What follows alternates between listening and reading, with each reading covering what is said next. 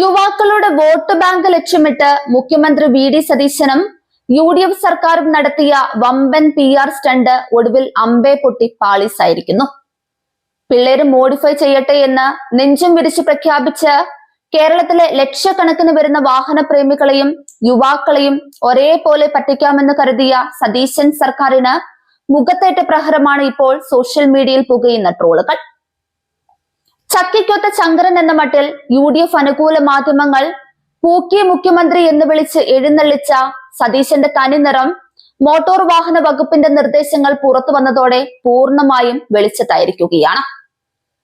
Motor വാഹന വകുപ്പ് സർക്കാരിന് സമർപ്പിച്ച റിപ്പോർട്ട് പുറത്തു വന്നപ്പോഴാണ് മുഖ്യമന്ത്രിയുടെ മാസ് ഡയലോഗ് വെറും നനഞ്ഞ പടക്കമായിരുന്നുവെന്ന് വ്യക്തമായത്.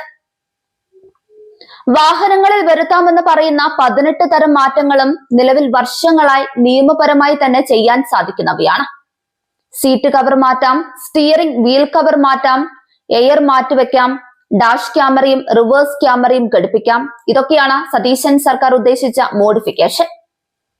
RC ബുക്കിൽ മാറ്റം വരുത്തി ചെയ്യാമെന്ന് പറയുന്ന 6 കാര്യങ്ങൾ, അതായത് നിറം മാറ്റൽ, LPG CNG കിറ്റ് വെക്കൽ, ഭിന്നശേഷി സൗഹൃദ വാഹനമാക്കൽ തുടങ്ങിയവ പണ്ട് മുതലേ RT ഓഫീസിൽ ഫീസടച്ച് ആർക്കും ചെയ്യാവുന്ന കാര്യങ്ങളാണ്.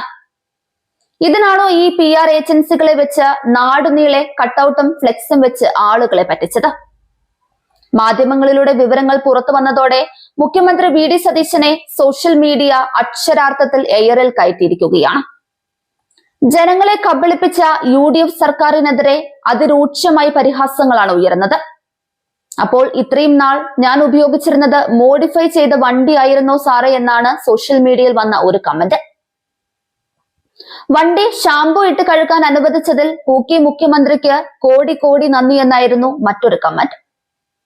അടുത്ത തവണ സീറ്റ് കവർ മാറ്റുമ്പോൾ മുഖ്യമന്ത്രിയുടെ അനുമതി വേണോ അതോ നേരിട്ട് മാറ്റാമോ എന്നും, വണ്ടിയിൽ മുന്തിരിയുടെ കീച്ചെയിൻ ഇട്ടാൽ MVD പിടിക്കുമോ പൂക്കി സാറേ എന്നിങ്ങനെ ട്രോളന്മാരുടെ കമന്റുകൾ നീളുന്നു. വ്യാജ വാഗ്ദാനങ്ങളും PR തള്ളലുകളും കൊണ്ട് ജനങ്ങളുടെ കണ്ണു കെട്ടാമെന്നത് UDF സർക്കാരിന്റെ വ്യാമോഹം മാത്രമാണ്. യുവാക്കളുടെ വികാരത്തെ ചൂഷണം ചെയ്ത് വോട്ട് തട്ടാൻ നോക്കിയ വി.ഡി. സതീശന്റെ ഈ വാഹന മോഡിഫിക്കേഷൻ നാടകം തിരിഞ്ഞു കൊത്തിയത് സർക്കാരിന്റെ തന്നെ വിശ്വാസ്യതയ്ക്കാണ്. അധികാരം കിട്ടിയാൽ എന്തും തള്ളാമെന്ന അവസ്ഥയ്ക്ക് സോഷ്യൽ മീഡിയ നൽകിയ ഈ മറുപടി UDF സർക്കാരിന്റെ മുഖത്തേറ്റ കനത്ത പ്രഹരമാണ്.